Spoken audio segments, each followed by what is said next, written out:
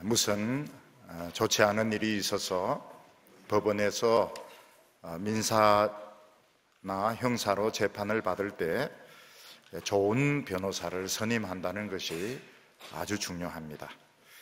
어떤 분은 변호사 없이 자기가 법정에서 잘 설명하면 되겠지 이렇게 생각하지만, 일단 법을 모르고 또 법에 대한 이런 용어들, 개념들이 없기 때문에 아무리 설명을 잘 해도 이게 참고는 될 수 있지만 큰 영향을 미치지 못합니다. 판사는 변호사의 말만 듣는 것입니다. 그래서 좋은 변호사를 선임하는 것이 중요합니다. 미국 같은 경우에 영화를 보면 변호사가 피고인에 아무 소리 하지 말라고 합니다. 무슨 소리 하지 말라, 내가 시키는 말 외에는 아무것도 하지 마라 그럽니다. 그리고 체포된 시간 딱 지나면 무조건 데리고 나갑니다. 근데 경찰이 잡지를 못해요.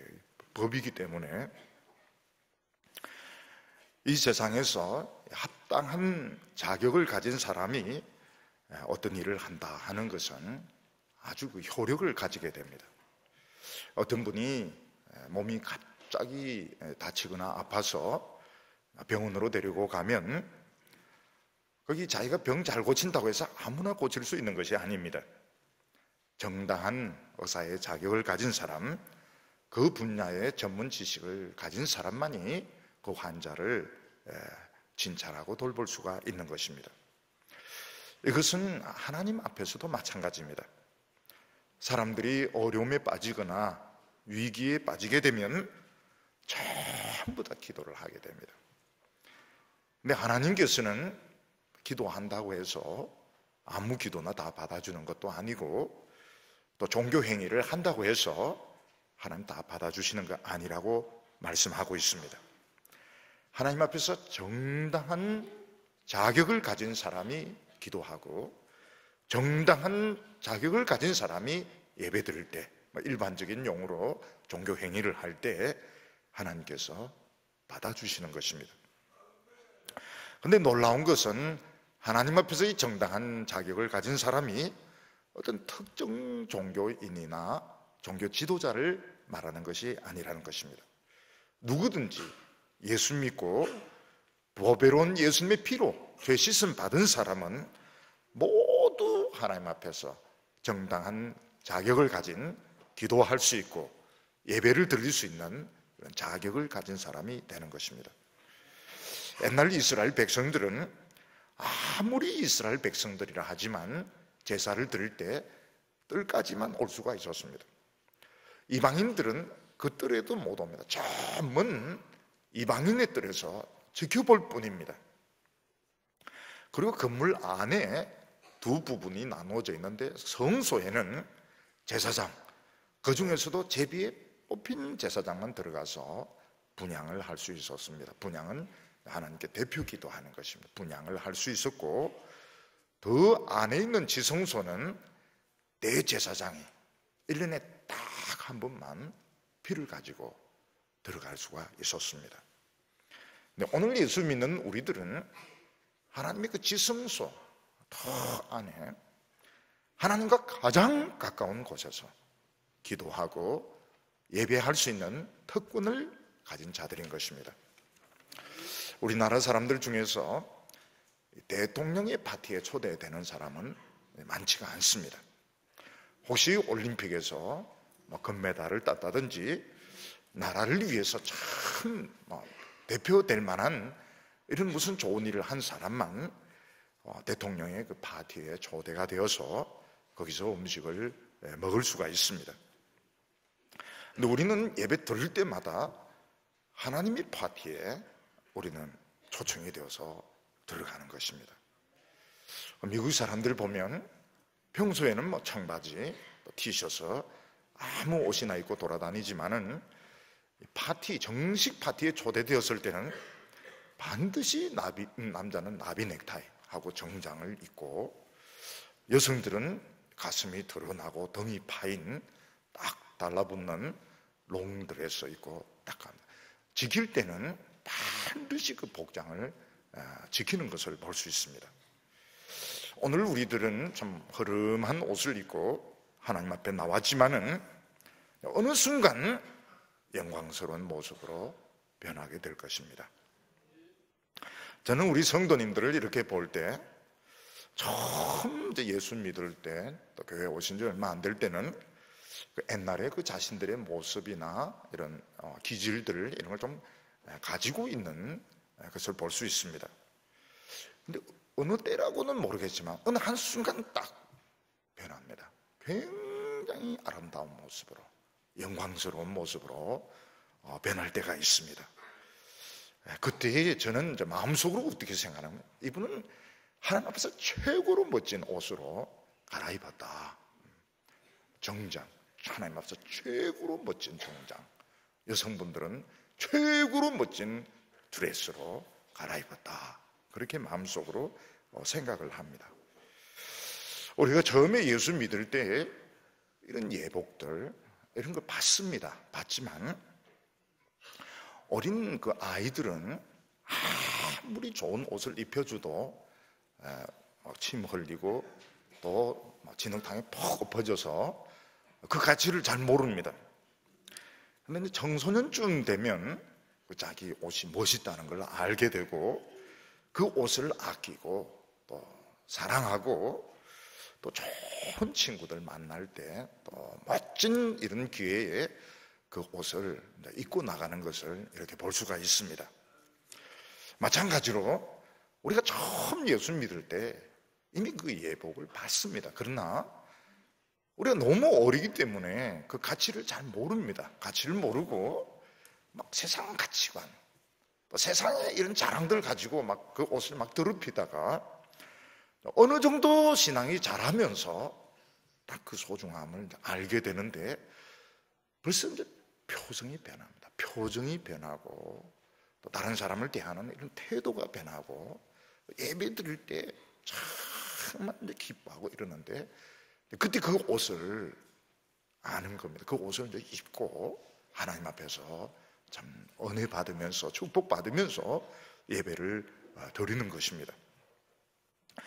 우리가 오늘 성경 말씀을 보면 예수 믿는 사람들의 정체성, 예수 믿는 사람들이 어떤 사람들인가, 오늘 본문만큼 명확하게 보여주는 말씀이 없습니다. 오늘 말씀이 물론 성경 전체가 우리 예수 믿는 사람이 어떤 사람인지, 우리가 어떤 정체성을 가지고 있는지 설명하지만, 오늘 본문이 가장 명확하게, 가장 분명하게, 가장 구체적으로 우리가 가지고 있는 이런 자격들, 우리가 가지고 있는 하나님 앞에서 특권에 대해서 설명하고 있는 것을 볼 수가 있습니다.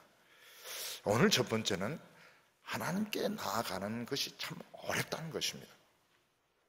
우리는 가끔씩 수천 명 또는 수만 명씩 이렇게 죽는 큰 이런 재난을 보면서 우리 인간의 그 권세들, 돈, 기술이라고 하는 것이 참 이 큰 자연의 이런 재난 앞에서 얼마나 무력한가 하는 것을 느낄 때가 있습니다.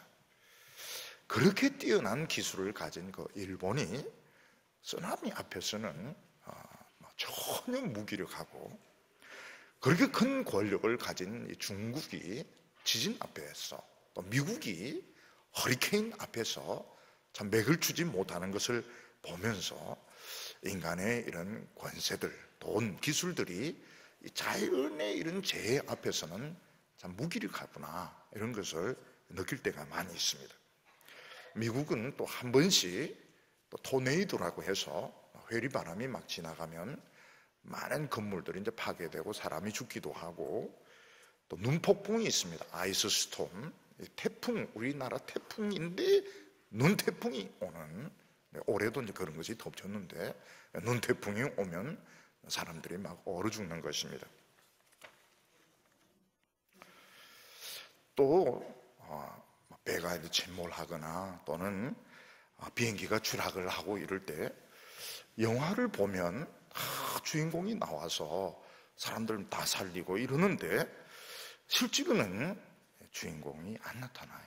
주인공이 안 나타나서 정말 그 약한 사람들, 정말 억울한 사람들 아무것도 모르는, 영화 같으면 얼마나 좋겠습니까? 영화에는 보면 뭐 비행기에서도 막 사람을 살리기도 하고 배에서도 사람을 살리기도 하고 막 이러는데, 실제에서는 그런 영웅이 나타나지 않아서 참 아무것도 모르는 사람들이 많이 희생당하는 것을 볼 수가 있습니다. 근데 성경에 보면 이런 위기 가운데서 하나님과 이렇게 의사소통을 한 사람들이 있습니다. 그리고 의사소통한 사람들은 사람을 살릴 수가 있었습니다. 대표적인 예 중에 한 사람이 아브라함인데, 아브라함이 사는 그 옆에 소돔과 고모라 많은 이 성들이 갑자기 이제 불바다로 변해서 사람들이 다 죽습니다. 근데 아브라함은 그 전날 그걸 압니다. 알고 하나님과의 협상까지 합니다. 하나님과 딜까지 하는데 10명의만 있으면 다 살릴 수 있다. 하나님과 이 협정까지 맺게 됩니다. 근데 아브라함이 옛날 그 전쟁에서 이 사람들을 살려준 적이 있습니다. 근데 그 사람들을 살리는데 실패를 하게 됩니다. 아브라함이 하나님과 빅딜을 했지만 그 소돔과 고모라 사람들을 살리는데 실패를 하게 됩니다. 그렇지만은 조카 롯은 롯과 두 딸 3명을 이제 살리게 되는 것입니다. 우리가 요나서를 보면 요나가 이제 지중해를 뭐 어떻게 되었든지 간에 뭐 도망을 쳤든 어쨌든지 간에 배를 타고 지중해를 지나가다가 큰 이런 폭풍을 만나게 되는데, 요나는 자기 책임이란 것을 인식을 하고 선장과 선원들에게 나를 산채로 바다에 던지라 이렇게 이야기합니다. 근데 선장과 선원은 어떻게 산 사람을 바다에 던질 수 있느냐? 이 폭풍을 벗어나려고 애를 써도 안 되니까 산채로 바다에 던집니다. 그리고 바다는 잔잔해지고 그 배에 탄 사람들은 다 살게 됩니다. 요나는 하나님이 이제 기적적인 도움으로 살아서 니느웨 성에 가서 하나님이 하라고 한 말씀 그대로 합니다. 40일 지나면 이 성이 망한다. 지진으로 망한다. 지진이나 말은 안 했지만 40일 지나면 이 성은 없어진다. 근데 그 사람들이 그걸 믿어요. 그 니느웨 사람들이 그걸 믿고 아무도 안 죽습니다. 니느웨 사람들이 다 목숨을 건지게 됩니다. 신약 성경에 보면 사도 바울이 죄수의 신분으로 로마에 이제 끌려가다가 유라굴로라고 하는 굉장한 또 폭풍을 만나게 되는데, 예수님께서 환상 가운데 나타나서 이 배에 탄 사람 너에게 다 맡겼다. 너에게 이 사람들 생명이 다 달려있다. 한 명도 죽지 않고 다 살 것이다. 그러니까 사도 바울은 그 사람들 다 격려하고 그 사람들을 또 축복하고 이래서 정말 그의 말대로 한 명도 안 죽고 전부 목숨을 건지는 것을 볼 수 있습니다. 우리가 이런 것을 볼 때 평소에는 공부 잘하고 좋은 학교 나오고 권력을 가지고 이런 게 참 대단한 것 같지만, 위기의 상황에 큰 재난 가운데서는 하나님과 대화를 나눌 수 있는 사람, 하나님과 소통할 수 있는 사람, 그 한 사람만 있으면 다 사는 겁니다. 그 한 사람이 없으면 희생을 당할 수밖에 없는 것입니다. 그런데 오늘 성경 말씀을 보면 우리 예수 믿는 사람 한 사람 한 사람이 하나님과 의사소통할 수 있는, 하나님 앞에 나아가서 무슨 요구든지 할 수 있는 특권을 가진 사람이라 이렇게 말하고 있습니다.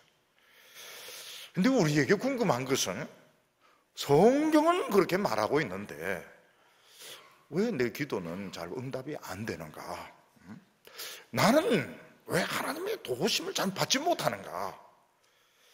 많은 크리스찬들이 하나님은 늘 내 기도를 들어주신다 이렇게 믿기보다는 나는 참 기도에 자신이 없다. 나는 정말 기도에 자신이 없다. 하나님은 내 기도는 잘 안 들어주는 것 같다. 이런 생각을 많이 가지고 있는 것입니다. 많은 성도님들이 그런 생각을 가지고 있는 거예요. 나는 왜 기도가 잘 응답이 안 될까? 나는 왜 하나님의 도움을 받지 못할까? 근데 이런 생각들을 사실은 거의 다 가지고 있는 것입니다. 근데 이것은 우리만 그런 것이 아니고 그 위대한 믿음의 사람들, 위대한 사람들 다 똑같은 겁니다. 똑같죠. 하나님의 도움을 받으면서도 우리만 그런 모든 믿음의 종들, 참 능력을 나타내는 그런 종들도 기도에는 자신이 없었고, 하나님이 꼭 내 기도를 들어주실지 늘 불안해할 때가 많았던 것입니다. 왜냐하면 우리가 믿음을 가지면 가질수록 하나님이 너무 크다는 걸 압니다. 너무 크고 우리 너무 작기 때문에 감히 내가 하나님을 움직일 수 있을까? 내가 요구한다고 그 크신 하나님을 움직이게 할 수 있을까? 근데 모든 위대한 믿음의 종들도 사실은 자신이 없었던 것입니다. 목회자들도 기도에는 다 그 어려움을 느낍니다. 어려움을 느낍니다. 교인들은 우리 목사님은 막 기도를 잘 하실 것 같아.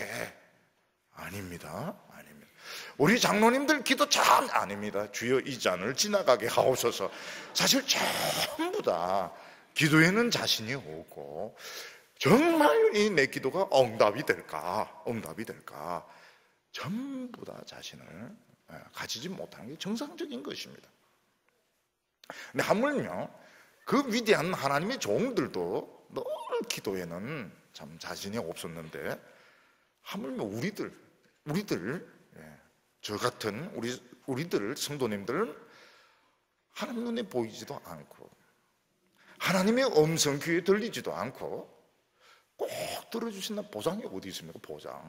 보장이 없으니까 우리는 기도에 참 기도하면서 응답을 받으면서도 이번까지는 응답을 받았다 치자. 다음에 언젠데 구정 지나고까지 하나님이 들어주신다는 보장이 있을까? 하나님 다 들어주신다. 응답 받으면서도 사실은 우리는 늘 좀 불안해하고 좀 자신이 없는, 이게 정상적인 것입니다. 정상적인 거. 그렇지만 우리 성도님들은 반드시 들어주십니다. 하나님께서 반드시 들어주십니다. 아무리 우리 기도 못해도 횡설수설 해도 하나님 다 들어주시고 다 응답해 주시니까 너무 불안해하거나 두려워하지 마시기를 바랍니다. 근데 우리 성경을 보면 큰 확신 가운데 기도할 수 있는 그 비법을 가르쳐 주셨습니다. 그걸 우리는 알고 있습니다. 비법을. 사실은 이 방법대로 나가면 당황해야 할 필요가 없습니다. 위기가 와도 당황해야 할 필요가 없습니다. 이 비법, 노하우. 경영자는 돈만 있다 해서 절대로 경영이 안 됩니다. 그 사람들은 남이 흉내낼 수 없는 노하우를 가지고 있는 것입니다. 노하우. 요즘 우리 성도님들이 수준이 얼마나 높은지 노하우 하면 다 알아듣습니다. 옛날에는 경영대학원 입시의 노하우가 뭐냐 이게 나오고 이랬는데 지금은 다 알고 있습니다. 노하우, 기도의 노하우, 부흥의 노하우, 이거를 알아야 되는 것입니다. 이거 알면 개척교회 해도 사실은 덜 두렵고 또 큰 교회를 맡아도 덜 두렵고 사실은 어려운 이런 시련이 와도 덜 두렵습니다. 이거를 노하우를 가지도록 하나님이 가르쳐 주셨어요. 성경을 신뢰하지 못하면 사실은 핵심적인 노하우를 못 가지는 것입니다. 그 중에 하나가 뭔가 하면 하나님의 말씀을 살려내야 되는 겁니다. 물론 하나님의 말씀은 늘 살아있는 말씀. 예수님께서 천지는 없어지겠지만 하나님의 말씀은 1.1핵도 없어지지 않는다. 하나님의 말씀은 살아있지만 우리가 보기에 성경은 그냥 고전인 겁니다. 죽어있는 문자인 것입니다. 그게 이제 문제인 것입니다. 제가 하나님 말씀을 살려내라 하는 건 굉장히 역설적인 표현입니다. 죽은 것처럼 느껴지는 이 하나님 말씀을 살아 움직이는, 꿈틀거리는 막 약동하는 이런 말씀으로 살려내야 기도 응답을 자신을 가질 수 있는 것입니다. 그런데 사람들은 이 성경을 신뢰하지 못합니다. 성경은 그냥 책 아니냐, 좋은 책, 하나님의 말씀 좋은 책 아니냐. 그 대신에 기독교적인 자신의 그런 아이디어, 자신의 그런 생각, 기독교적인 열정을 더 많이 신뢰하고 더 사실 성공을 거둡니다. 목표 들고 기독교적인 마인드, 기독교적인 생각, 기독교적인 열정, 이게 사실은 막 성공을 거둡니다. 위기 때는 안 통합니다. 근데 우리가 그 어려움 가운데서, 절망 가운데서 결사적으로 하나님의 말씀을 잡을 때 참 남들은 이해할 수 없는, 남들은 이해할 수 없을 정도로 막 결사적으로 정말 저 사람은 정말 미쳤다, 저 사람은 참 이상하게 믿어도 참 이상하게 믿는다, 막 결사적으로 막 고난 가운데서, 역경 가운데서, 절망 가운데서 오직 하나님의 말씀 붙들고 몸부림칠 때 하나님의 말씀이 살아있는 것을 발견하게 됩니다. 막 꿈틀거리면서 이게 막 역사하는 거예요. 그래서 그날 묵상하고 그날 설교 들은 게 이루어져요. 어떻게 보면 참 당연한 건데 그날 설교 듣고 가면서 차 안에서 그냥 응답되고, 집에 가니까 응답이 되고, 예배 드리면서 사실 응답이 되고, 이상하다. 야, 이 성경이 이루어지네? 어떻게 보면 그게 참 당연한 거 아닙니까? 당연한 것 같은데 사실은 당연한 것을 모르는 겁니다. 당연한 것을 모르고 막 그 열정을 가지고 막 목회를 하고, 열정 가지고 막 전도하고 선교하고 막 이렇게 하는데 이 성경에 대해서는 사실은 이제 신뢰를 못하는 겁니다. 근데 정말 절망 가운데서 하나님은 나를 버리셨다, 하나님 나를 버리셨다, 다른 사람들이 보기에 저 사람 정말 참 비참하다, 이럴 때 성경이 막 살아서 움직이는데 기도가 막 응답이 됩니다. 본인은 안 믿어요. 왜냐하면 우연이라고 생각하는, 우연일 거다. 하나님이 뭐 내 같은 거 기도 들어주실까? 그런데 반복이 되면서 이런 게 기도의 그 응답이라고 하는구나. 예배 드리는데 막 뜨거워져요. 가슴이 막 뜨거워지고 눈물이 나고 막 기도하고 싶고, 이러면서 요 기도에 대해서 새로운 이런 맛을 보게 되는 것입니다. 그래서 참 하나님이 얼마나 멀리 계십니까? 하나님이 어디 계시는데요? 하나님 저 우주 저 밖에 계시고, 하나님은 얼마나 크신 분이고 어떻게 하나님께 가까이 갈 수 있겠습니까? 성경을 통해서 가까이 갑니다. 성경을 통해서. 요게 비법입니다. 그래서 참 역설적인 이야기인데, 하나님 말씀은 살아있는 말씀인데, 늘 살아있는 말씀인데, 우리가 이제 느낄 때는 죽어 있는 말씀으로 막 꿈틀거리면서 오늘 이 말씀이 이루어지고, 설교 들으면서 이루어지고, 가면서 이루어지고, 역사하는 말씀, 요거를 발견하는 것이 굉장히 중요합니다.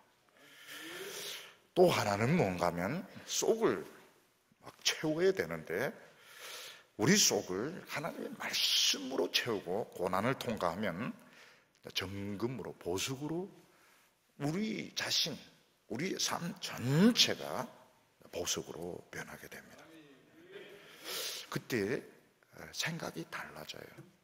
그리고 언어가 달라지고, 표정이 달라지고, 막 달라지게 됩니다. 우리가 어렸을 때 기도할 때는 막 달라고 기도한다. 왜냐하면 필요한 게 너무 많으니까요. 달라고, 돈도 주시고 모든 거 막 달라고. 그래서 이게 기도인지 청구서인지 잘 구별이 안 될 정도로 너무 막 달라고 하는 거, 달라고. 근데 나중에는 이제 성경을 이제 소화를 해서 성경을 막 내뱉습니다. 설교 들은 것을 막 소화해서 막 이야기합니다. 하나님은 이런 분이시고 하나님은 막 이렇게 하는 것이 좋습니다. 막 이렇게. 그래 하나님께서는 하나님 말씀 막 소화해서 기도하는 아브라함은 내 친구다 이렇게 말했습니다. 종이 아니고 내 친구다. 예수님께서는 내가 아버지께 들은 것을 너에게 다 이야기했으니까 예수님 제자들을 보고 뭐라고 너희들은 종이 아니고 내 친구다 이렇게 말했습니다. 그게 이제 두 번째인 겁니다. 두 번째인 거 속을 하나님 말씀으로 막 채우고 고난을 막 태풍 속을 막 걸어가지고요. 그래서 이 세상에서 사실은 고난을 제일 겁을 안 낼 사람들이 이제 우리 크리스천들인데 막 겁이 납니다. 근데 한번 겪어보면 견딜만 해요. 견딜만 해요. 전에는 막 시련이 오고 가난이 오고 이러면은 못 견딜 것 같은데 괜찮아요. 견딜만 하고 또 괜찮아요. 또 재밌는 것도 또 있어요. 그러면서 점검으로 벌써 언어의 그 질이 달라지고 표정이 달라지고 기도의 내용이 달라지게 됩니다. 여기 이제 두 번째 속을 뭐로 채우느냐?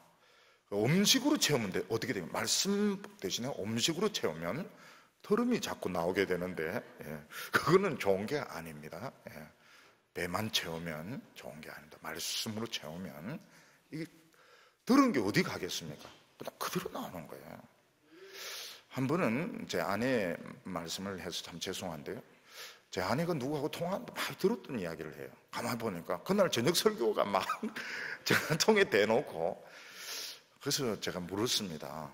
어떻게 그래 설교가 그래 나오냐 이러니까 서당께 그런 예를 들면 들은 게 그건데 막 나오는 거예요. 성도님들이 막 이야기를 하면 막 소그룹이나 막 모이면 들은 게 그건데요. 뭐 들은 게 막 나오는 거예요. 그런데 그걸 천사들이 필기를 하고 하나님도 굉장히 신기하게 얘들이 내 한 이야기를 막 소화를 해가지고 발전을 시켜서 막 이야기를 하네.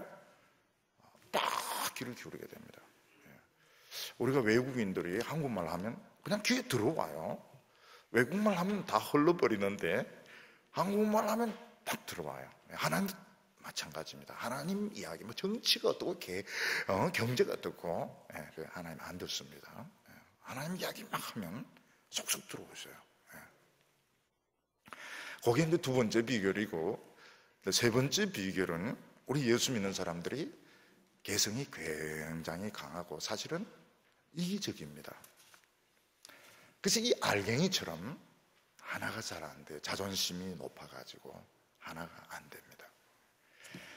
근데 하나님의 말씀이 막 강하게 역사하시고 성령이 강하게 역사하시면 이게 깨집니다. 자존심이 깨어지고 학벌 깨지고 세상 자랑 깨지고 개성이 깨어지는데 그래서 진액이 나와요. 그래서 신뢰를 하기 시작합니다. 신뢰를. 요즘은 여러분 교회를 신뢰하는 게 저희가 청년 때도 교회 신뢰하는 게 참 어려웠습니다. 근데 지금은 더 어렵게 되었어요. 저희들이 제가 청년 때도 목사님을 신뢰하는 게 참 어려웠습니다. 지금은 더 어려웠습니다. 더 어려운 세상이 되었습니다. 오직 하면 어떤 사람이 처갓집과 교회는 멀리해라 이럴 정도로. 근데 세상에 교회를 신뢰를 합니다. 교회를 신뢰해요. 교인들을 신뢰하고 목사님을 신뢰하고 이 진액이 나오면서 이 끈끈하게 이게 결합이 되게 되는데 여기에 이제 성전이 만들어지고 있는 겁니다. 성전이. 그래서 난 예배만 막 여러 번 반복해서 하는 것은 극장 스타일입니다. 극장 스타일이라서 사실은 성전을 잘 몰라요. 이 교인들이 끈끈하게 믿습니다. 교회를 믿고 목회자를 믿고 딴 분들을 믿어요. 믿으면서 뭔가 뭐 충만한 것이 막 이걸 느낍니다. 예배 시간에 우리만 있는 것이 아니다. 예배 드리는 여기에 우리만 여기 있는 게 하나님의 그 임재하심, 영광. 어떤 데는 진짜 눈앞이 이 회중석이 환해지는 걸 느낍니다. 환해지는 걸. 교인들도 그걸 느낍니다. 교인들이. 심지어는 어떤 여기가 좋사오니 죽게 해주죠. 그런 기도를 한 분도 계세요. 한 분도 계시고 뭔가 눈앞이 환히 밝아집니다. 밝아지면서 세상과 나는 강고덥고 구속한 주만 보이도다. 그때 사실은 이 성전이 지어져 솔로몬이 받았던 것과 비교되지 않는 복이란 복은 다 막 임하는 겁니다. 그래서 우리의 그 예배 가운데 하나님이 임재하시느냐 임재하지 아니하냐 하는 것은 그냥 내가 은혜 받느냐 안 받느냐 이 문제를 떠나서 사활을 결정하는, 어떤 의미에서는 막 수백 명, 어떤 경우는 민족의 이런 사활을 결정하는 아주 중요한 이런 문제인 것입니다. 우리가 성경 말씀을 보면 우리 한 사람 한 사람은 전부 하나님께 나아갈 수 있는 정당한 자격을 가진 변호사와 의사 같은 이런特권을 가진 사람이다 이렇게 말씀하고 있지만 실제로 우리는 기도에 자신이 없습니다. 모두 다 똑같습니다. 정말 모두 다 똑같습니다. 위대한 하나님의 종들도 사실은 기도에는 자신이 없었던 것입니다. 근데 하나님은 다 들어주시는데 진짜 그 안에서도 사실은 항상 응답받을 수 있는, 우리는 약하고 부족하지만 응답받을 수 있는 그 길이 있습니다. 비결이 있습니다. 그러니까 어려움이 왔을 때 절망하지 마시기 바랍니다. 왜냐하면 내가 세상 것을 많이 잃어버려도 하나님 말씀이 살아나는 것을 체험하면 더 큰 것을 얻은 겁니다. 그리고 내 속을 하나님의 말씀을 채우고 막 환란을 통과할 때 보석 전체로 변합니다. 사실은 뭐 이런 학위나 돈 필요 없어요. 내가 보석이기 때문에 필요가 없습니다. 그리고 얼마나 예수 믿는 사람들이 개성이 강하냐. 진짜 하나 되기 어려운데 말씀이 계속 있으면 깨어집니다. 깨어지면서 진액이 나오는데 하나님의 임재, 성찬식 하면서 임재를 체험하고 설교 시간에 임재를 체험하고 찬송가 부르는 데만 눈앞에 환해지는, 이게 민족이나 우리 젊은이들의 사활을 결정하는 이런 척경이 되는 것입니다. 오늘 두 번째로는 우리 하나님의 백성들이 어떤 자격을 가졌느냐 하는 것입니다. 우리 예수 믿는 사람들이 얼마나 놀라운 자격과 특권을 가졌는지 우리는 사실 생각하지 못할 때가 많습니다. 이런 변호사 한 명 한 명, 모든 변호사는 법정에서 다른 사람을 변호할 자격이 있습니다. 의사는 어떤 의사든지 간에 의사 자격증을 가진 사람은 환자를 치료할 수 있는 자격이 있습니다. 비행기를 타고 가다가 응급 환자가 생기면 그 승무원이 의사부터 찾습니다. 의사부터 여기 의사가 계시면은 말씀해 주세요. 의사도 아닌데 내가 안수기도 하겠습니다. 미안하지만 자리에 앉아주시고 안 그러면 체포하겠습니다. 이렇게 이야기를 해야 되는 겁니다. 근데 변호사가 되려면 사실은 법을 얼마나 공부를 많이 해야 되는지 법조문을 막 외워야 됩니다. 어떤 변호사는 목사님이 막 성경 찾는 걸 놀랍니다. 아직 성경을 다 못 외웠느냐고. 우리는 막 법을 다 외우는데 목사님이 왜 성경을 다 못 외우냐고 놀라는 사람도 있습니다. 의사가 되려고 그러면 굉장히 그 장기간 공부와 수련을 해야 됩니다. 옛날에는 참 의사 되는 거 시간이 너무 길어가지고, 요즘 보면 참 대단합니다.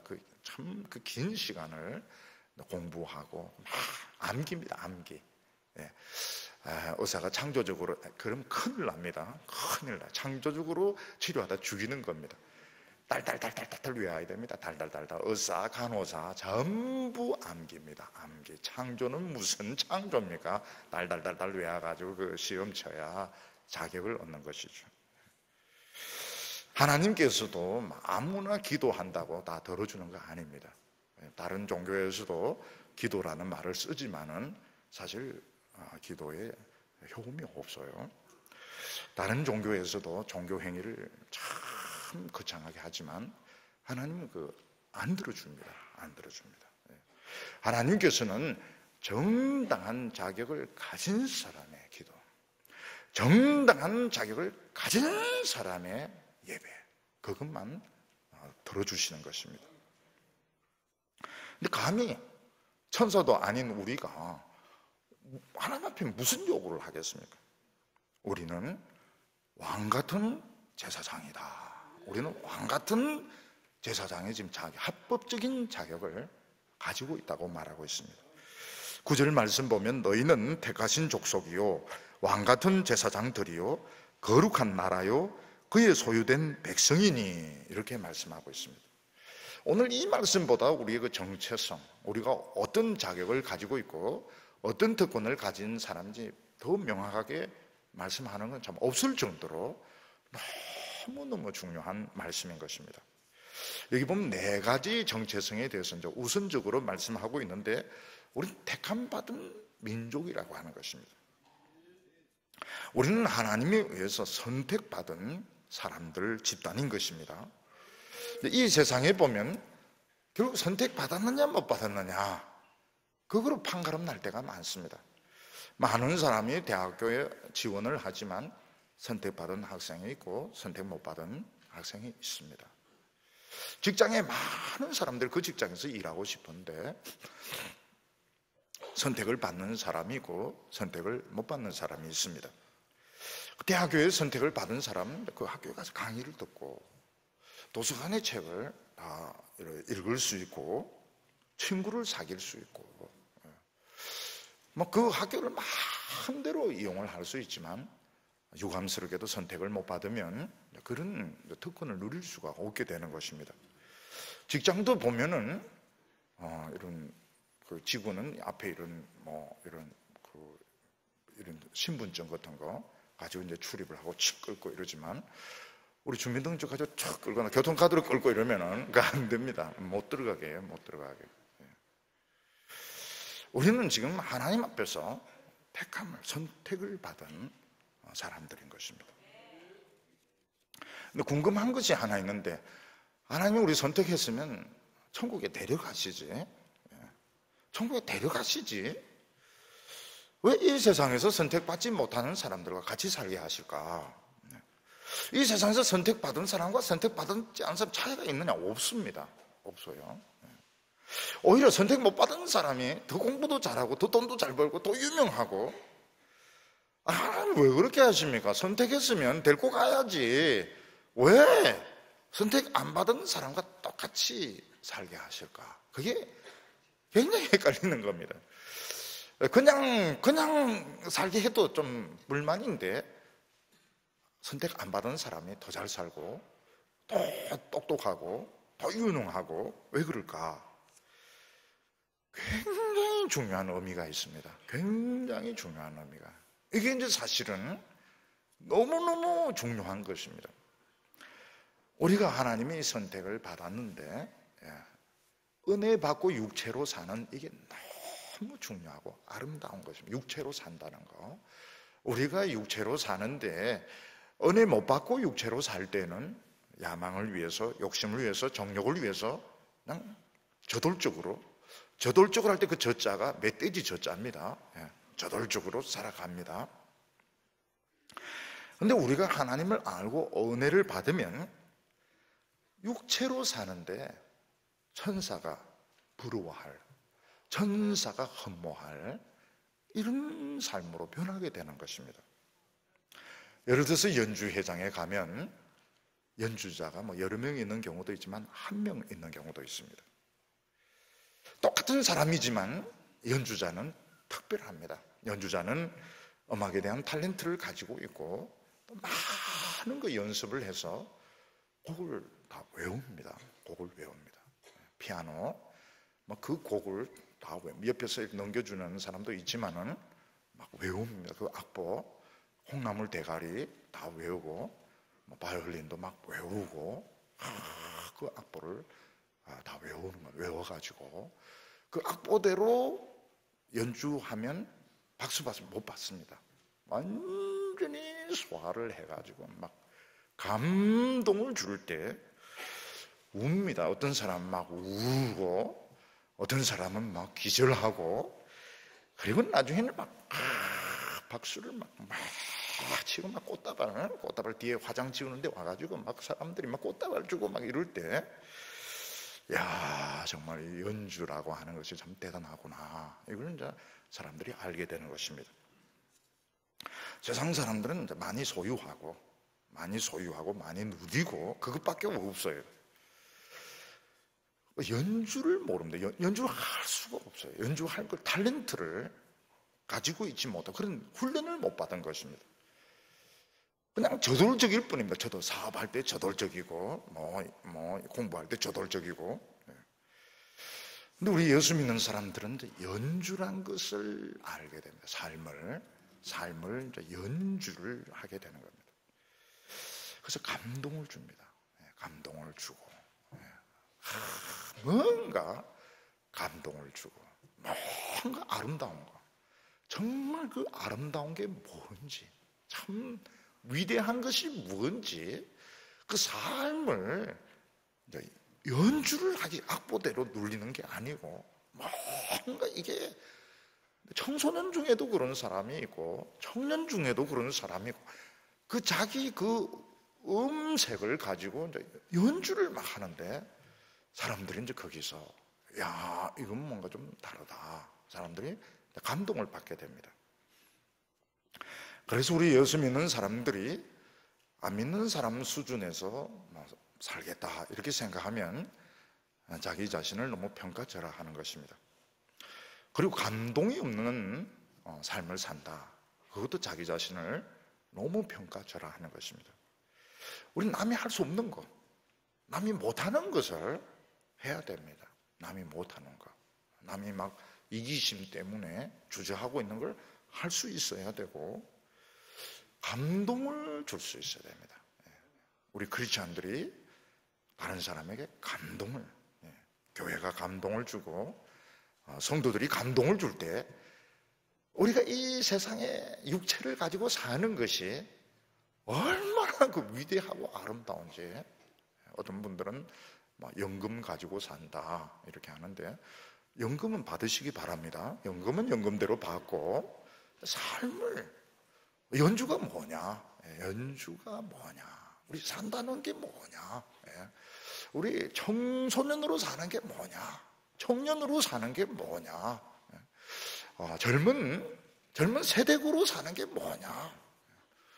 아름답게 늙어가는 게 뭐냐? 이걸 막 연주할 때 사람들이 놀라게 됩니다. 제가 어렸을 때 우리 교회에 맹인들이 왔습니다. 맹인들이 왔는데 톱으로 연주하는 거 있죠. 톱으로. 톱을 가지고 그냥 나무만 베는 줄 알았는데 네 줄을 가까이 막 톱을 가지고 막 이러는데 우리 그때 그 톱으로 그래 연주하는 거 좀 참 교인들이 참 은혜를 받았고 소프라노가 참 미인이에요. 굉장히 미인입니다. 근데 소리도 그렇게 아름다워요.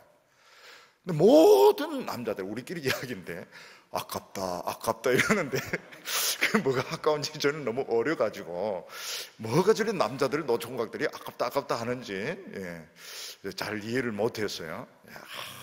이 연주, 우리가 살아간다는 게 얼마나 아름다운지, 직장을 가지고 또 사업을 하고 학교 선생님을 하고 얼마나 이게 아름다고 멋있는지. 그래서 무조건 살아야 됩니다. 무조건 살아야 되고 절개가 됩니다. 절개. 어떤 사람은 극복할 수 없으면 절개. 그런 수준이 아닙니다. 연주가 뭐냐? 목회가 뭐냐? 목회가 뭐냐? 학교 선생님이 뭐냐? 의사가 뭐냐? 청소년이 뭐냐? 이거를 이제 너무너무 이게 이제 재미가 있어야 되는 겁니다. 너무너무 재미가 있고 감동을 주고, 그래서 선택받은 사람들인 겁니다. 두 번째는 이제 왕 같은 제사장이라. 참 어려운 말입니다. 왕 같은 제사장. 왜냐하면 이런 게 없습니다. 근데 세 가지로 우리가 해석을 할 수 있는데, 왕과 제사장이 이제 겸직을 말하느냐, 왕직과 제사장이 겸직을 하는 것을 말하느냐, 아니면 제사장은 제사장인데 왕족 출신의 제사장을 말하느냐, 아니면 구약의 대제사장을 이런 식으로 표현을 했느냐. 우리가 이제 왕 같은 제사장 이렇게 하지만 사실은 아주 어려운 용어. 저도 사실은 늘 미스터리였습니다. 성경은 너무 어려운 게 많아요. 구약시대 때 보면 왕직과 제사장직은 겸직이 되지 않습니다. 성격 자체가 틀리는 겁니다. 성격 자체가. 왕직은 사람을 다스리는 것이고, 제사장은 하나님께 나아가서 기도하고 다른 사람의 용서를 위해서 제물을 바치는 거기 때문에 성격 자체가, 방향이 하나는 밑으로 가고 하나는 올라가고, 방향 자체도 틀리고 너무 중요하기 때문에 겸직이 사실은 불가능한 것입니다. 다윗 같은 경우에는 왕이면서 이제 선지자를 겸직을 하게 됩니다. 그래서 사실은 다윗은 너무 훌륭하죠. 그 뒤에 선지자직이 이제 약화가 되게 됩니다. 너무 이분이 이제 왕이면서 선지자면서 이 두 가지 역할을 너무 훌륭하게 잘하기 때문에 그 뒤에 이제 선지자직이 조금 약해지고 제사장직도 좀 약해지게 됩니다. 근데 이제 왕직과 제사장직을 사사시대 때 이제 겸한 사람인데, 엘리가 그렇습니다. 엘리가 사사와 제사장을 이제 겸직을 한 사람이고, 포로 후기에 보면 환상 중에 여호수아가 대관식을 합니다. 제사장이 왕의 이런 면류관을 쓰는 이런 환상을 보게 되는데, 실제로 이제 왕직과 제사장직을 같이 가지는 분은 예수님밖에 없습니다. 예수님은 왕 중에 왕이시고 단번에 자기 자신을 하나님께 바치신 대제사장, 제사장 중에 대제사장인 겁니다. 근데 우리 성도님들도 왕직이 있습니다. 우리가 다스리는 권세가 있는데, 그게 무엇인가 하면 죄를 다스리고 사탄을 다스리고 사탄의 이런 모든 이런 괴계를 다스리는 그런 권한을 가지고 있습니다. 의사들은 병을 다스리는 이런 기술을 가지고 있습니다. 그래서 어떤 사람이 열이 막 펄펄 나거나 피를 흘리고 쓰러질 때 막 복통으로 떼굴떼굴 뒹굴 때 보통 사람들은 손을 쓸 수가 없습니다. 그런데 의사들은 이제 가서 병을 이제 다스리게 되는 것입니다. 에볼라 바이러스, 그 무서운 이 병을 의사들은 이제 자원을 해서 가서 그 병과 이렇게 싸우고 환자들을 건져내는 것을 볼 수 있는데, 마찬가지입니다. 이 법관들, 재판장들은 죄인을 다스립니다. 죄는 다스리지 못하고 죄인을 다스리는데, 아무리 자기 죄를 이제 부인을 하고 재판장을 이제 모욕을 하고 비웃고 이래도 선고를 내려버리면 결국 죄인은 구속이 되어서 감옥 생활을 할 수밖에 없습니다. 죄는 다스리지 못합니다. 그렇지만 죄인은 다스리는 권한을 재판장들, 검사들은 가지고 있는 것입니다. 우리 성도들은 죄를 다스리는, 죄를 압니다. 죄의 본성을 압니다. 그리고 마귀의 괴계를 압니다. 사도 바울은 뭐라고? 우리가 마귀의 괴계를 모르는 것이 아니다. 이 아주 강한 표현입니다. 우리는 사탄의 그걸 압니다. 그래서 발로 뱀을 밟듯이 사탄을 밟는 이런 권세가 우리들에게 있고, 우리는 제사장 중에서 굉장히 계급이 높은 제사장입니다. 왜 대제사장이라 하지 않았을까요? 이제 구약적인 표현이기 때문에 오늘 이제 신약에서는 굉장히 존귀한 제사장. 어느 정도로 존귀하냐? 지성소 안에 들어가서 하나님 앞에 직접 페이스 투 페이스, 하나님 앞에 얼굴을 마주 대하면서 기도할 수 있는, 예배할 수 있는, 찬송을 부를 수 있는 이런 특권을 가진 굉장히 높은, 얼마나 높으냐? 천사보다 더 높은 그런 제사장이라고 말을 하고 있습니다. 그래서 우리는 이 자격을 써야 됩니다. 죄를 다스리고 거짓말을 다스리고 또 묘한 이런 것 다 다스리는, 명확하게 분별을 할 수 있습니다. 마귀의 시험을 다스려야 되고 죄를 다스리고 악을 다스릴 수 있는 권세가 우리에게 있고, 하나님 바로 나아가서 천사들, 야, 다 비켜 천사들 다 비키게 하고, 천사가 중간에서 얼쩡거리면 옆으로 좀 비키라 그러고 바로 가서 기도할 수 있는 특권이 있는 것입니다. 세 번째는 거룩한 나라라고 했는데 예배드리는 백성을 말합니다. 이스라엘은 예배하는 백성이었습니다. 우리가 예배 드릴 때 하나님이 우리 가운데 임재하십니다. 보통 왕이 이렇게 자기 자신을 나타낼 때는 과시하기 위해서 자기의 부와 권세와 또 백성을 사랑하는 마음을 과시하기 위해서 왕의 얼굴을 보여줍니다. 근데 하나님께서는 과시할 필요가 없습니다. 왜냐하면 온 세계가 다 하나님의 것이고 온 세계에 있는 거 다 합쳐도 하나님의 그런 축복에 1000만 분의 1, 100만 분의 1도 되지 못하는 것입니다.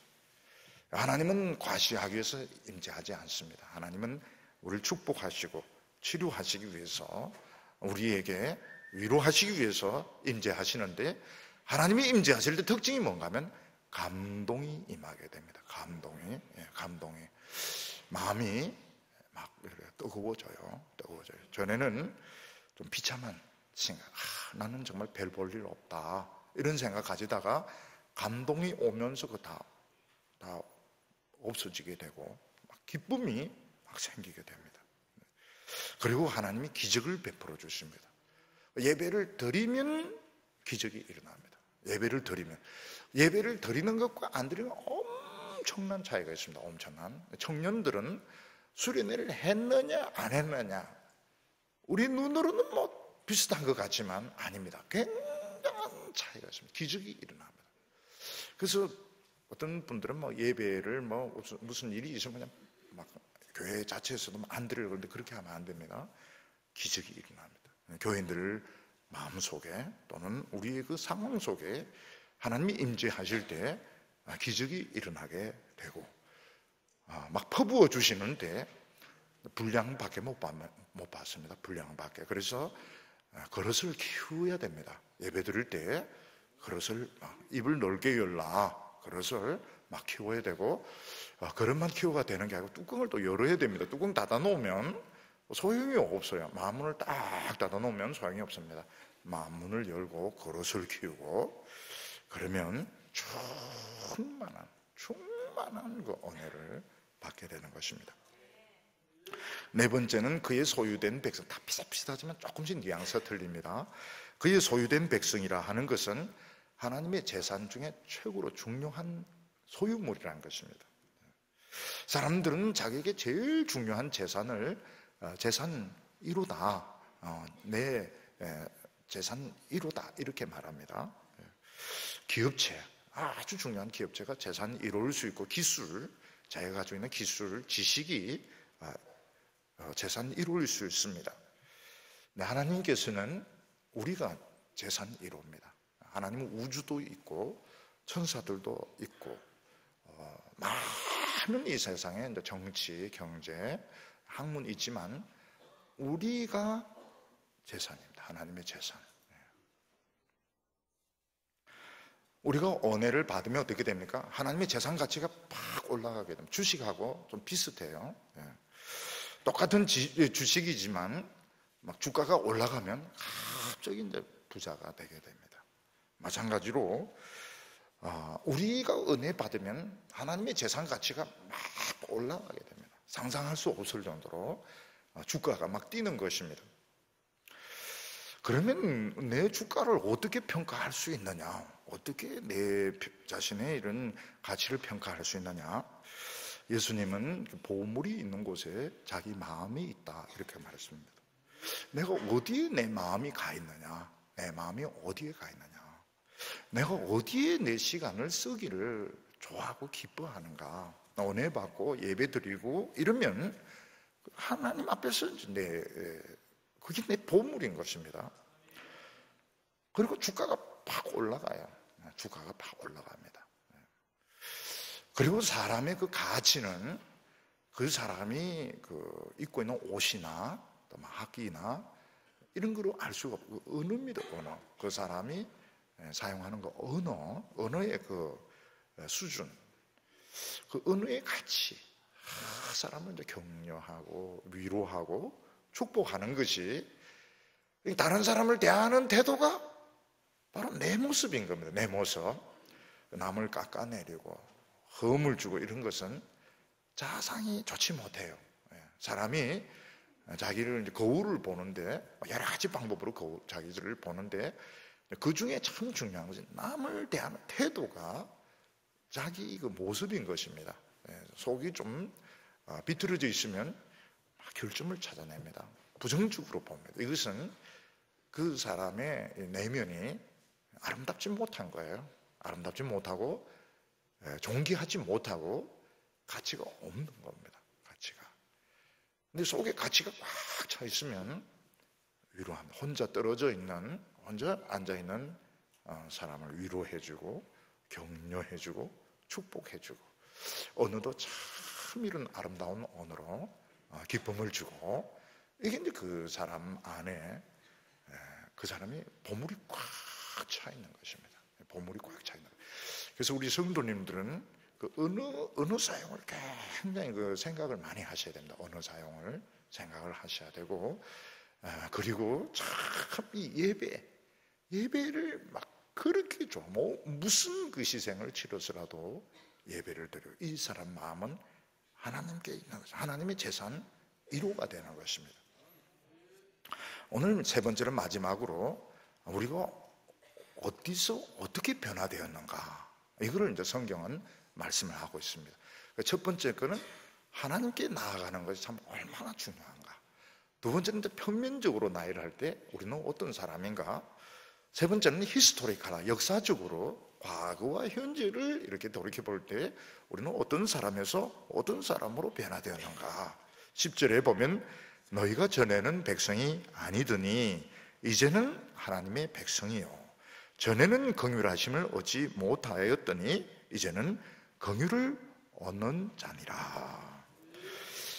전에는 하나님의 백성이 우리는 아니었습니다.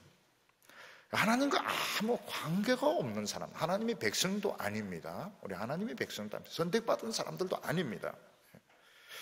그럼 뭡니까? 방황하는 집단이었던 것입니다. 방황하는 집단의 가장 대표적인 케이스가 뭔가 하면 피난민 행렬입니다. 수천 명, 수만 명의 피난민들이 막 피난을 갈 때 당장 먹을 양식, 옷까지 가지고 막 피난을 가는데 비행기 폭격하거나 나쁜 군인들이 막 죽습니다. 막 시체들이 막 생기고, 그 중에 이제 부모를 잃은 그 아이들은 막 정신 아무나 따라갑니다. 아무나 그냥 물 위에 그냥 떠밀려서 막 가는 것입니다. 그러다가 누가 먹을 걸 불쌍히 여겨서 먹을 걸 주면 먹는 것이고, 안 주면 쫄쫄 굶다가 잘못하면 죽는 것입니다. 죽는 것입니다. 우리나라 어른들은 이걸 압니다. 이 피난의 끔찍함을 압니다. 이 피난이라고 하는 것이 얼마나 비참한가, 얼마나 많은 사람들이 그 비행기 폭격으로 죽었는지 압니다. 얼마나 많은 고아들, 우리나라에 얼마나 고아들이 넘쳤는지 그걸 압니다. 아니 무슨 그런 끔찍함, 잘 사는 사람들 많은데요. 그 사람들은 피난민 중에 조금 건부치 이런 거 좀 폐물 가지고 떠난 사람과 결국 운명은 똑같은 것입니다. 결국 우리 모든 사람들은 환영받지 못하는, 어느 누구에게도 환영받지 못하는, 그냥 정처 없이 좀 폐물을 좀 더 가지고 있느냐 아니냐, 그런 차이밖에 안 되는 것입니다. 근데 우리는 어느 순간 받아들여지게 되었습니다. 어느 순간 환영을 받게 되었습니다. 누가 환영해 주셨습니까? 하나님이 환영해 주셨습니다. 하나님이 공격받지 않는, 어느 누구의 공격도 받지 않는 안전한 곳에 우리가 정착을 하도록 하나님께서 우리를 받아주셨던 것입니다. 우리는 전에는 긍휼을 받지 못하는 자들이었습니다. 긍휼을 받지 못한다는 말은 관심의 대상이 아니라는 것입니다. 어떤 곳에 내전이 일어나고 폭동이 일어났는데 강대국 정부가 관심을 안 가져줍니다. 그러면 거기 있는 사람들은 굉장히 비참합니다. 폭격으로, 살인으로, 강간으로, 방화로 정말 수많은 사람들, 시리아같이 관심을 안 가져줄 때, 강대국도 관심을 가져주지 않고 정부도 관심을 가져주지 않고 도와주지 않을 때 내전이 일어나고 폭동이 일어난 곳의 사람들은 정말 무더기로 죽고 정말 고생이란 고생은 다 하고 빨리 탈출을 해야 되는 것입니다.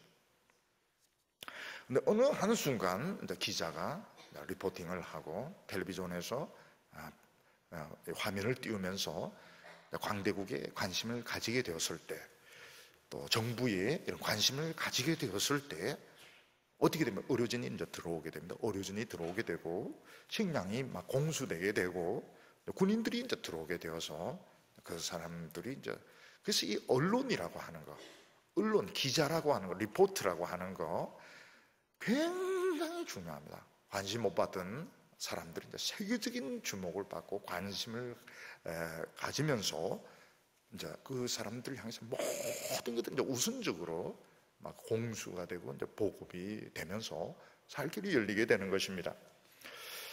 우리가 옛날에는 정말 관심의 대상이 아니었습니다.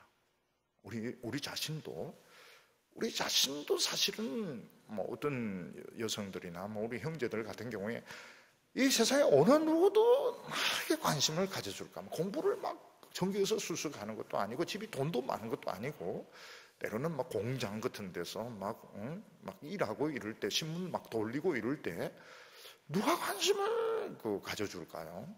관심을 가져주는 사람이 없었던 것입니다.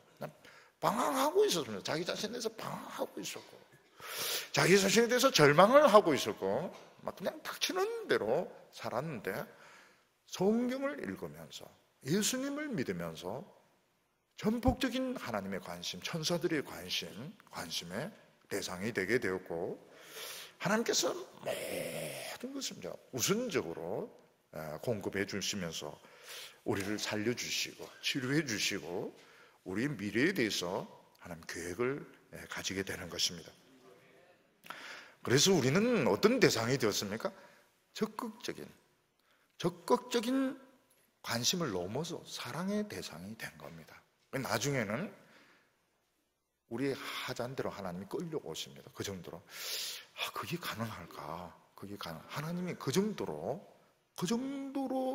우리를 사랑하시게 되는 겁니다.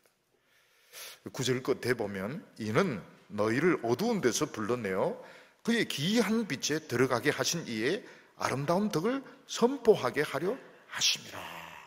우리를 이렇게 부르신 그 목적입니다. 옛날에는 우리가 어두운 가운데, 흑암 가운데 빠져 있었습니다. 불의가 지배하고 가난했고 아무도 관심 가져줘 매일 매타작하고 욕이나 얻어먹는 그런 무아치한 어두움 가운데 있었습니다. 병들었지만 어느 누구도 치료해 주지 않는, 가만히로 그냥 덮어놓는. 근데 어느 날 관심의 그 대상이 되면서 그냥 그 앰뷸런스가 오고 헬기가 와서 이제 최첨단 시설의 그 병원으로 딱 옮겨질 때 그 빛이 옛날 흑간에서 막 열병으로 막 죽어가던 때하고는 빛이 너무너무 신기한 겁니다. 내가 어떻게 이런 최첨단 이런 박사님들 이런 사람들이 있는 곳에 와서 치료를 받게 되었을까? 또 정말 막 어려운 환난과 역경 가운데서 아무도 관심을 가져주지 않았는데 어느 순간 딱 관심의 대상이 되면서 기자는 다 와가지고 프레시 막 텔레비전 막 비추는데 그 신기한 빛 아닙니까? 어느 순간 이제 언론의 이제 스포트를 이제 받으면서 그냥 모든 것이 이제 모든 상황이 변하게 되는 것입니다. 나쁜 짓 해서 팍팍 이렇게 하면 이제 몰락하는 겁니다. 검찰청에 서서 막 번쩍번쩍 이러면 이제 몰락하는 것인데, 저 구석에 있는데 막 번쩍번쩍 이러면 이제 거기서 이제 처지가 달라지게 되는 것입니다. 그렇게 우리는 지금 스포트라이터, 우리는 스포트라이터. 그 옛날 표현이 뭡니까? 산 위에 있는 동네가 감추지, 그게 뭔가 하면 스포트라이트를 받고 있다는, 쉽게 성경을 좀 쉽게 이야기하면, 너희들은 지금 스포트라이트 관심에 팍팍 누가 찍느냐, 천사도 찍고 세상 사람들도 막 찍고 이러기 때문에 표정 같은 거 이런 것도, 요즘은 막 팍팍 찍으면 이 점 같은 것도 다 나오고 이러기 때문에 신경을 쓰게 되는 겁니다. 그렇게 한 목적은 하나님이 얼마나 좋은 분이신지 나타내게 하기 위한 거라는 겁니다. 예수님은 누가 오른뺨을 때리면 왼뺨을 돌려대라. 하나님은 복수하는 분이 아니십니다. 옛날에 우리가 지은 죄들, 지금도 짓고 있는 죄들 다 이런 수첩에 다 적었다가 벌 주시는 그런 분이 아니십니다. 하나님은 절대로 그런 분이 아니십니다. 하나님은 가난하다고 해서, 장애를 가지고 있다고 해서 외면하거나 그런 분, 오히려 더 귀를 기울여 주시고, 우리가 막 어떤 사랑하는 사람에게, 뭔가 막 더 주고 싶어요. 뭔가 하나 더 주고 싶고, 막 다 주고 싶고, 뭔가 하나라도 막 사랑하는 사람 보면은 막 진짜 하나라도 더 주고 싶어요. 근데 하나님은 그런 분이십니다. 하나님은 우리에게 더 주기를, 하나라도 더 얹어 주기를 원하시는 분이십니다. 하나님은 참 이런 것을 누군가 보여주기를, 하나님이 얼마나 좋은 분이신지 누군가 이거를 좀 보여주기를 원하시는데, 우리가 막 기쁨과 사랑에 충만해서 다른 사람들 위로해 줄 때, 다른 사람을 용서해 줄 때, 야, 저 사람이 저럴 것 같으면 저 사람이 믿는 하나님은 참 엄청나네. 이게 이제 하나님의 성공인 겁니다. 성공. 그래서 우리 성도님들은 원한을 다 잊으시기를 바랍니다. 왜냐하면 하나님 때문에. 야, 저 사람이 저렇게 포용력이 넓으면 하나님은 도대체 어떤 분이실까? 저 사람이 저렇게 깊이가 있으면 하나님은 얼마나 멋진 분이실까? 여기 이제 하나님이 의도하는 것입니다. 우리가 하나님 앞에 나아갈 때 우리는 살릴 수 있습니다. 우리 청년들 미래 열릴 수 있습니다. 우리가 자신이 없으면 청년들 우리 교회 오지 마라 그래야 돼요. 자신도 없는데 청년들 막 모아가지고 막 성경 공부 이렇게 하면 정직하지 않은 겁니다. 청년들이 오라고 하는 거예요. 우리 청년들, 청소년들 막 오라고 하는 것은 자신이 있는 거예요. 우리는 하나님이 어떤 분이신지, 고난당하고 환난 당하면 교회 오세요, 이거는 자신이 있는 겁니다. 하나님이 어떤 분이신지 우리는 이미 체험했고 알고 있기 때문에 우리 성도님들은 하나님 앞에서 말할 수 없이 높은 자격을 가진 사람들입니다. 오늘 하나님 앞에서 은혜 받으시고 모든 원한들 다 잊으시고 어려운 사람들 축복하고 격려함으로써 하나님을 잘 나타내는 성도들 되시기를 축원합니다. 기도드리겠습니다. 놀라우신 하나님 아버지, 오늘 저희들을 축복의 현장으로 불러주시니 감사합니다. 우리 옹졸했던 우리 자신들, 참 이기적이었던 우리 자신들, 하나님의 그 폭포수 같은 사랑으로 녹여주시고 또 깨뜨려 주셔서 참 우리가 깊이 있고 아름다운 이런 사람으로 조금이라도 하나님을 나타내기를 원합니다. 우리의 모든 기도를 들으시는 주여, 우리는 기도에 자신이 없습니다. 그렇지만 하나님께서 전부 다 들어주실 줄 믿습니다. 환난 가운데 낙심하지 말게 하여 주시고 문을 두드리는 자에게 열리게 하여 주시고 부르짖는 자마다 응답받게 하여 주시옵소서. 예수님의 이름으로 기도하옵나이다.